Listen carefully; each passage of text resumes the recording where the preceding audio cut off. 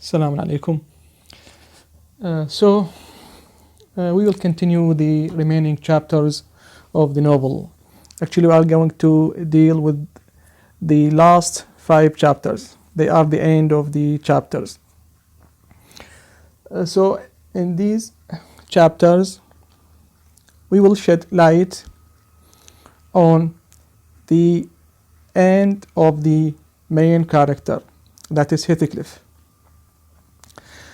and the remaining characters. You know that in the passing chapters we have lost a lot of characters, have departed the novel. You know that Catherine, Edgar, Linton, the young Linton, they are all dead now. So the remaining characters of the whole novel are only Heathcliff and the younger characters, that is to say young Catherine and Hareton. They stand for what? For the new generation. They stand for the new love story. They stand for the promising aspects of the novel. You know, in the past we are so depressed with the love story, the stormy love story between Heathcliff and Catherine. And you know, this love story has inspired a lot of pain in the hearts of the character, and this love story ends with the death of the beloved, with the death of Catherine. This love story has left a scar in the heart of Catherine. So it does not end happily. This love story does not end happily. We usually have a happy ending. When we hear a love story, we usually have a happy ending, but what we have seen is something different. The characters suffer much. Heathcliff and Catherine suffer much. And you know, we sometimes blame Catherine, we sometimes blame Heathcliff, but in a way or another, the two characters suffer much. They are paining. All they get from this love relationship is only what? Is only agony, is only suffering. So this love story, and we can say dramatically, it has a tragic end. So the situation will be different with the new generation. The situation will be different with the younger generation, the promising younger generation. Okay, there are some circumstances related to the characters themselves which improve the life of the characters. You know, young Catherine is different from her mother. Hareton is different. Though Hareton is another copy of Heathcliff.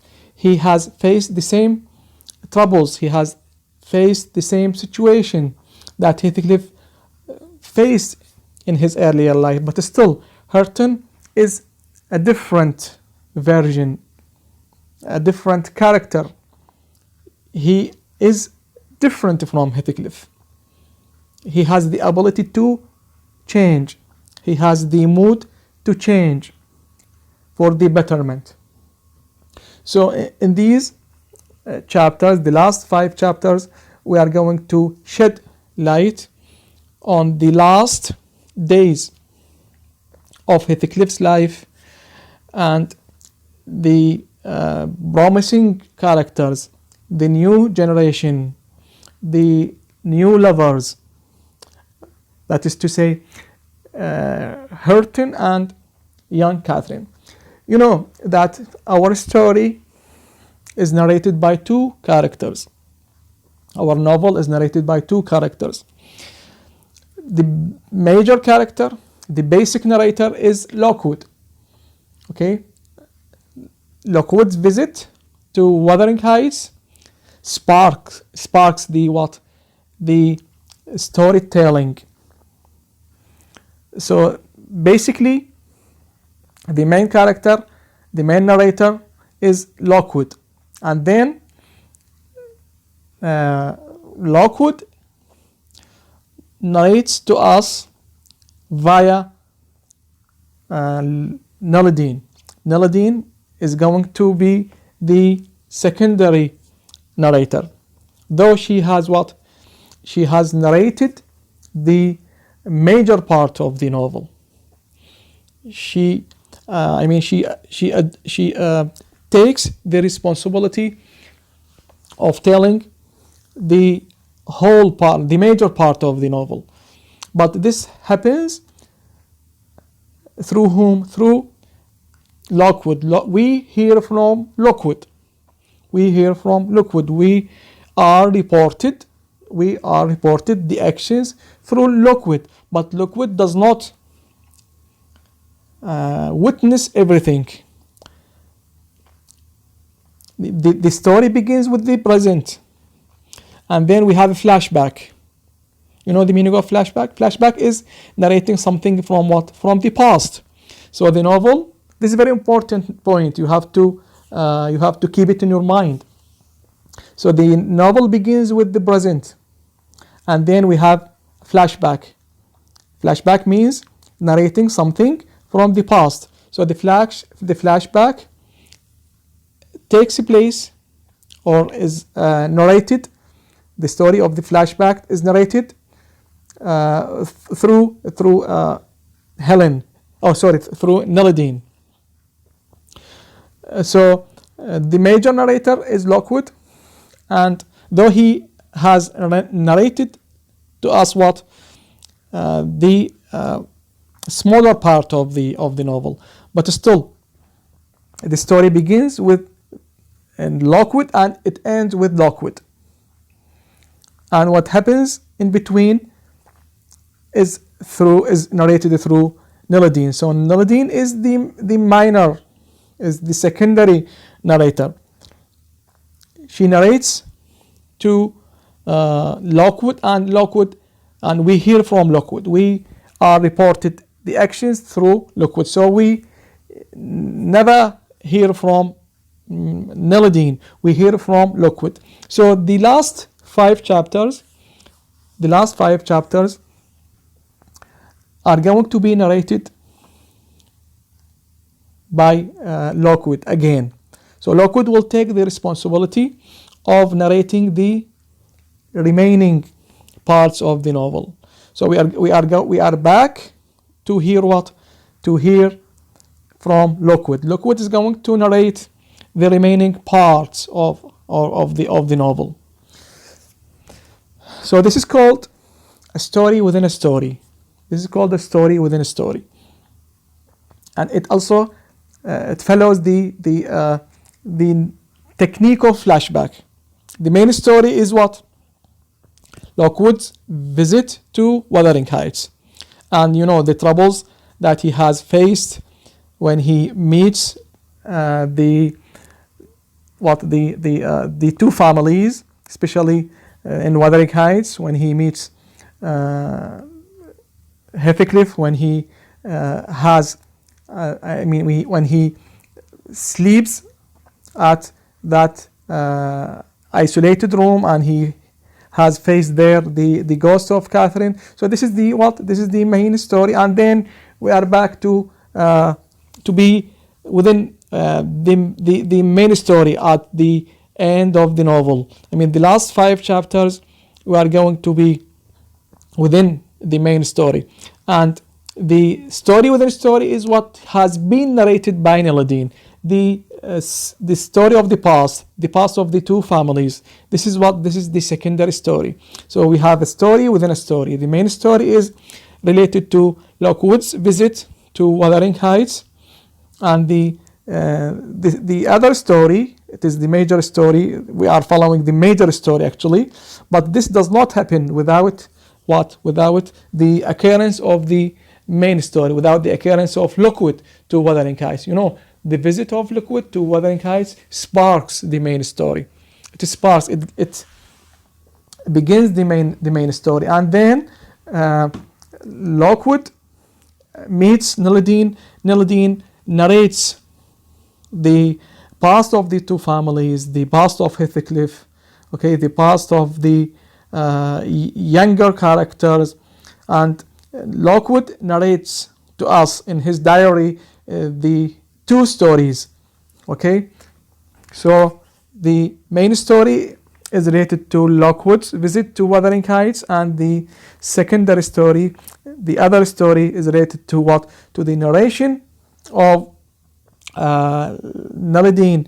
This narration sheds light on the what? On the past of the two of the two families, the violent love story which takes place between Heathcliff and Catherine. So the remaining parts, the remaining chapters are going to what? Are going to shed light on what? On the end, shed light on the end what? Of the end of Heathcliff. You know, Heathcliff has spent most of his life seeking for what? For revenge. You know, two things are there in Heathcliff's life: his love for Catherine, and the seeking of revenge. He is seeking revenge upon those who has tortured him, upon those who has those who troubled him, those who pained him, those who tormented him. So two things are there in the heart of Heathcliff. So the main motive for Heathcliff is what? Is to take revenge now, and he is stepping forward to what? To take revenge. So he has introduced his son Linton to young Catherine, and they you know that they got married, but unfortunately Linton's life is very short. It does not last for a long time. You know, Linton, as we know, suffers from what? Some health problem. He's weak and sick. So this sickness, this weakness does not give him the chance to live long life. So after marrying from young Catherine, you know, Heathcliff has forced Catherine to what? To marry Linton. He has made use of what? Of Edgar's illness. You know, Edgar at his last days is unable to what? Unable to take any action. So at that time, Heathcliff has made use of Edgar's illness, and you know, after this illness, Edgar dies. So he has forced young Catherine to marry Linton, but Linton does not live for a long time, and he dies. So now the only remaining figures are Heathcliff, Catherine, and Hurton. So you know, Heathcliff is unable to fulfill the ultimate end, the end of revenge. So all his attempts are in vain. The attempts to what? To dominate everything is in vain. So he does not achieve his end. He does not achieve his revenge entirely. So with the death of his son Linton, Heathcliff fails to achieve his end, the end of taking revenge. The first motive in Heathcliff's life is his love for Catherine, as if Heathcliff lives for two motives. The first motive is his love for Catherine, which does not end happily. Heathcliff's love does not end normally. Heathcliff suffers much because of his love for Catherine. Maybe because of Catherine, and maybe because of Heathcliff himself, but he suffers much because of his love for Catherine. And he does not achieve union with Catherine in his life, because Catherine has departed early. Catherine has got married firstly from Edgar, and this is very very torching disappointment for Heathcliff. Heathcliff is betrayed by Catherine. Yes, love is there in Catherine's heart, but this is very severe disappointment. He has received this disappointment from Catherine in her life, and then the second disappointing thing is the departure of Catherine. So her departure, her early departure, has left a scar in Heathcliff's heart. Heathcliff does not. Heathcliff is restless. He does not feel rest. He does not feel comfortable. Neither because of love, and nor because of because his failure to achieve his revenge. So with the death of young Linton, Heathcliff has failed to achieve his end of revenge. Now, young Catherine is alone after the departure of her husband Linton. So we will have another relationship, that is between young Catherine and Hareton. This relationship is, as we said earlier, that it is a promising relationship. This relationship will be a redemption of the past troubles. This relationship is going to redeem the past love relationship that took place between Heathcliff and her mother Catherine. So this relationship will be different version. This love relationship is going to be a new version. Catherine is going to default her mother's past sins. Okay, Hareton is illiterate. He does not have the ability to read and write. So he struggles to know how to write and read. Hareton is a different character from Heathcliff.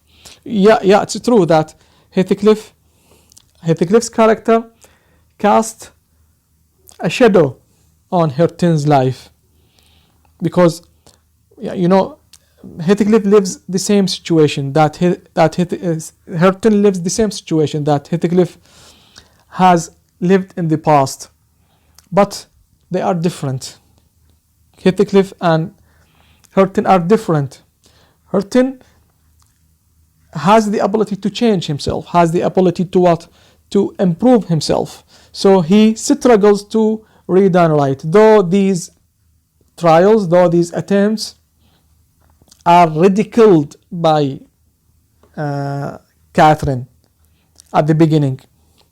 You know, Catherine ridicules, makes fun of Hurton to what? To ridicules of him because his attempts to what? To read and write. But finally she what? She helps him. She supports him. That's why we said that this relationship is promising. This relationship is fruitful. It is going to what? To redeem the sins of the past. It's going to correct the mistakes that took place in the past, the mistakes that took place in the old love relationship, the love relationship that took place between Heathcliff and Catherine. So Catherine and Hurton passed over all the grudges and hostility. You know, grudges means al-haqd, hostility, al-karahiyah. So this couple, I mean young Catherine and Hurton, passed over all the grudges and hostility. Catherine has corrected the past mistakes. You know, the main mistake that Catherine the mother has done is what? Is to follow her what? Her ambitions. She loves Heathcliff, but she is not satisfied with marrying him. She is unable to marry him because she feels that Heathcliff is what? Is lower than her. Heathcliff will bring her what? Shame. Heathcliff will bring her what? Degradation. So she listens, Catherine the mother listens to what? To her mind. She does not listen to her heart. But this does not happen with the young Catherine. Hurton, you know, Hurton is just like a servant. He serves in Wuthering Heights. He serves Heathcliff. He's a manservant he is under the service of Heathcliff. But this does not obstacle, this does not hinder Catherine to what? To fall in love with him. His situation as a manservant does not prevent Catherine from falling in love with him. So she supports him in learning how to write and how to read. She supports him. She stands beside him. She does not feel humiliated because of what? Because of his illiteracy. You know the meaning of illiteracy? Illiteracy معناها his inability to what? To read and write. So this does not does not stop her from loving him. So that's why we said that Catherine and Hurton passed over all the grudges and hostility, and they tend to what? To combine what? The passion of the Wuthering Heights and civility of Thrushcross Grange. This is a very important sentence. You know, Wuthering Heights, this title is connected with what? With the Earnshaw's family, right? And there in Wuthering Heights takes place what?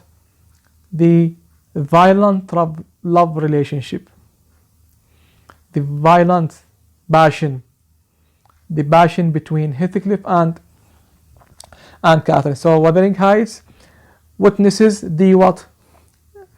The passion of the two lovers. And Thrushcross Grange stands for what? For another family. That family is different from the family in Wuthering Heights. That family is characterized by its civility, gentlemanlyhood. So people in Thrushcross Grange, Linton's family, are different from people in Wuthering Heights. That house is different from this house. Wuthering Heights is different from Thrushcross Grange. They are different levels. The Wuthering Heights stands for what? Stands for the fidelity of Heathcliff. You know fidelity? Ikhlas. The fidelity of Heathcliff. His fidelity to Catherine. His sincerity to Catherine. So Wuthering Heights witnesses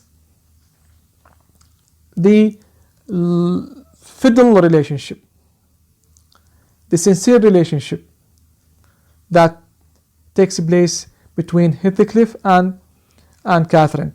The sincerity from the part of Heathcliff.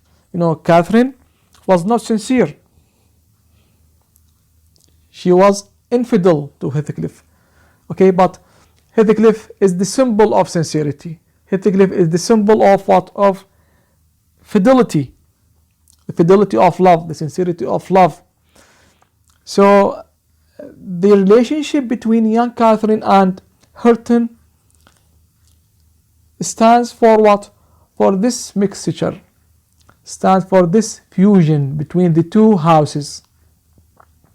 It stands for the passion and sincerity of Wuthering Heights and the civility, the modernity of what? Of Thrushcross Grange.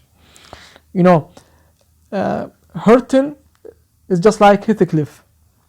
Young Catherine, who was brought in Thrushcross Grange, stands for the what? For the civility of this house, the polished style of this house. This house has attracted her mother. The civility of this house, the polishment of this house have attracted her mother. And then she got married from Edgar. So this relationship between young Catherine and Hurton tends to what? To bridge the gap, to fill the gap between the two houses. This relationship stands midway. This relationship dismisses the hostility, dismisses the diversity, dismisses the differences between the two houses. There are a lot of differences between the two houses. There's a wide gap between the two houses. So the young generation, the promising generation, has bridged this gap, has filled the gap, has shortened the distance between the two houses. It has filled the gap between the two houses. The marriage, the future marriage between young Catherine and Hurton violates the rules that were dominant in the past. The meaning of violate? Violate means تجاوز, خرق, للقواعد. So their relationship, their love relationship violates the rules that were dominant in the past.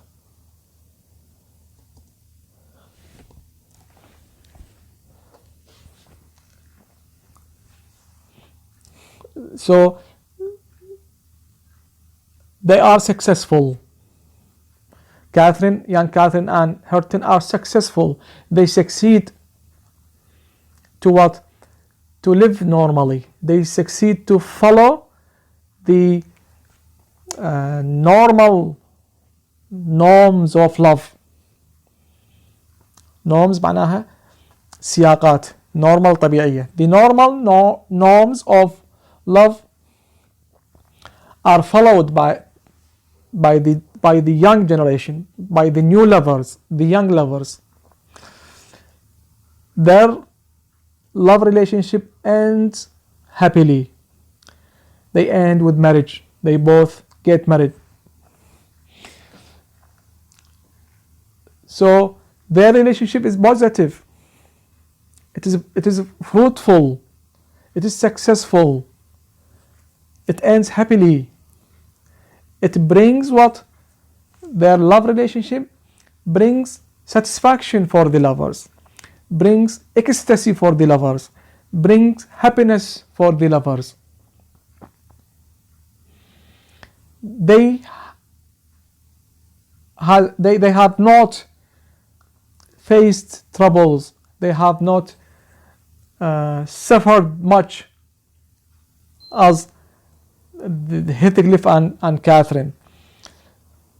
So they dismissed the conflicting aspects most of the time spent in the past.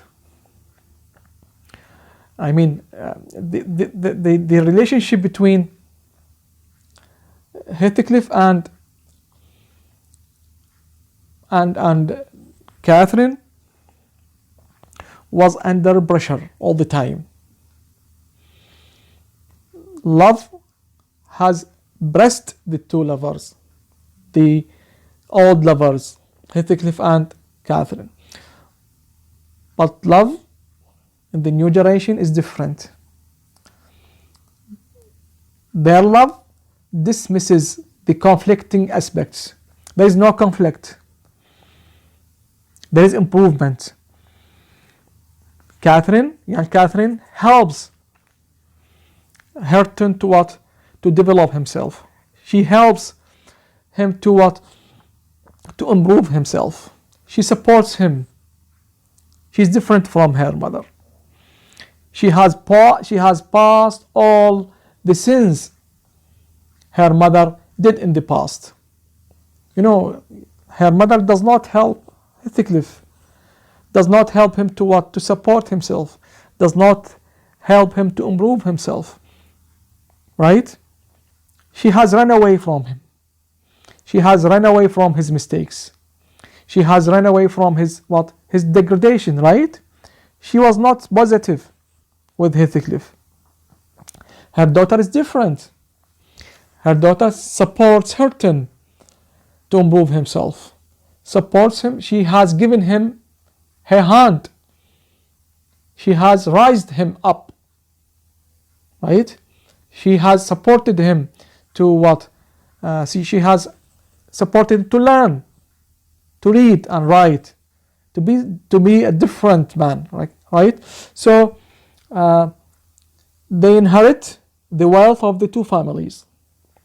After their marriage, they have inherited the wealth of the two families. Okay, so this is one aspect, and the other aspect is related to Heathcliff. So we have shed light on what?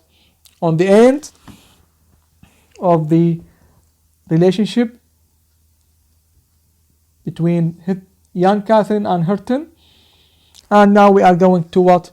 We are going to shed light on Heathcliff's end. You know, Heathcliff, as we said, is obsessed with the revenge, right? In the first part of the novel, he is obsessed with what? With his love. He's seeking to what? To have union with Catherine. He struggles to what? To keep Catherine his own, right? But he fails. He's not responsible for that, actually. Catherine is responsible for that. So he does not achieve what? His aim in his love story. He does not fulfill the aim of love. He does not marry Catherine. So his love relationship with Catherine meets failure. He fails in his love relationship. Though he is not responsible, but still, failure is what is the destiny of his love relationship with Catherine. Moreover, he has lost Catherine. Catherine dies early, and her death leaves a wound in Heathcliff's heart. Her death leaves a scar in his heart. But still, he keeps searching for union with Catherine. And he also has has prepared a grave for him near Catherine's grave. He has spared a grave for him near Catherine's grave. So he seeks reunion with Catherine in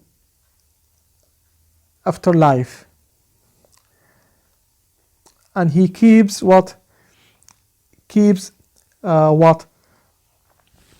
searching for this end. I mean, to be buried beside Catherine.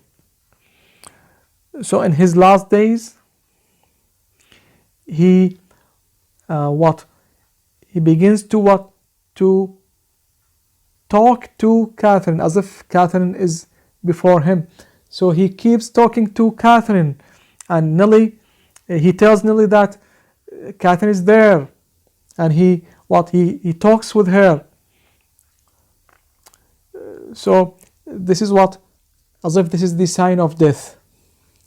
His talk with the apparition of Catherine gives us the signal that Heathcliff is approaching his end, as if Catherine has come back to take Heathcliff. She has come back to take Heathcliff. So Heathcliff dies at the end of the novel. He dies, and he tells Nelly to fulfill his will, the will of the will of burying him beside Catherine's grave. And a rumor is there after Heathcliff's death tells that the ghost of Heathcliff is seen in the moors with another ghost. So most of the people in the area tell that Heathcliff with another apparition, with another ghost, come to visit the moors. So this union does not happen in life. I mean, the union between Heathcliff and Catherine does not happen in life. So Heathcliff keeps searching for this union after life. Heathcliff does not believe in heaven, actually. Heathcliff is not religious. He does not believe in heaven, but he has the idea that he can be with Catherine in afterlife. So he keeps on searching to what? To end his life beside Catherine. And this actually shows what? Shows the sincerity of this character. This shows the sincerity of Heathcliff. Heathcliff keeps sincere till the last breath. He keeps sincere to Catherine till the last breath. And he never what? He never betrays her. He never retreats from his love to Catherine. And he keeps seeking to what? To be with Catherine, even if this takes place in what? In afterlife. In life he fails to what? To be with her. He fails to be in union with her. They are not united in their life. Therefore Heathcliff attempts to what? To be with her in their death. And this is very remarkable in Heathcliff's character. This shows the positive side of this character. This shows the noble side of this character. This shows this pure sincerity. The pure sincerity. The sincerity that tells about what? The character of Heathcliff. The true love of Heathcliff for Catherine. It is very It is very noble to seek what? To seek this union after life. This idea fills Heathcliff's mind in his last days. When he feels that he's approaching death,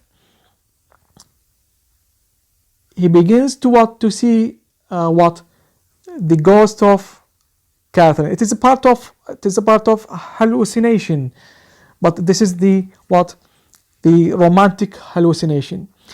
This tells that the time of reunion has come.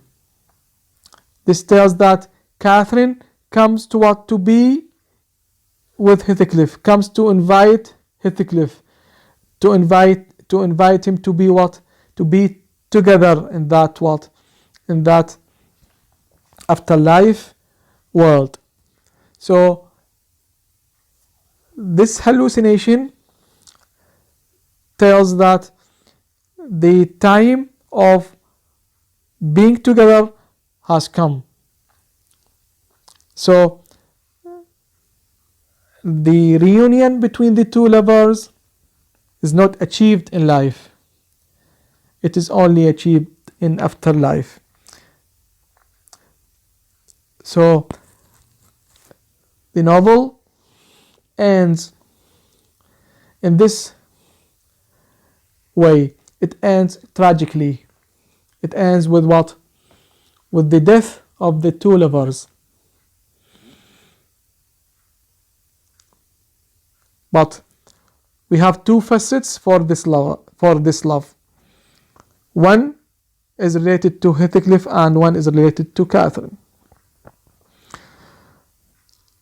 What is related to Heathcliff shows what? Shows the highest level of sincerity. It shows the highest level of fidelity. Heathcliff keeps fiddle for Catherine, and he is waiting the time to what? To die beside her. Right? And the other facets related to Catherine, which is related to what? To the negative part of this love relationship. The what? The tragic part of this relationship. You know, Catherine's decision of leaving Heathcliff and marrying Edgar is what? Is it tragic? It stands for tragic action which brings doom, which brings suffering, which brings agony for the two lovers. This decision brings what? A lot of negative consequences. It's part of what? It's part of Catherine's doom. It's part of Catherine's fate is related to her or is related to this decision. The decision of leaving Heathcliff and marrying Edgar. So we can see now the two facets. The facets which is related to Heathcliff, الوجه, facets means الوجه, and the other facets which stands for Catherine. And what is left is only the young lovers. Those two lovers redeem the whole tragic part, and it gives a glimpse of hope. This love, this relationship gives a glimpse of hope for the future. Okay, it's true that the novel ends tragically, but still there is a glimpse of hope which is related to the young lovers and the young couple. This is the end of our novel, and wish you the best and good luck. Thank you, everybody.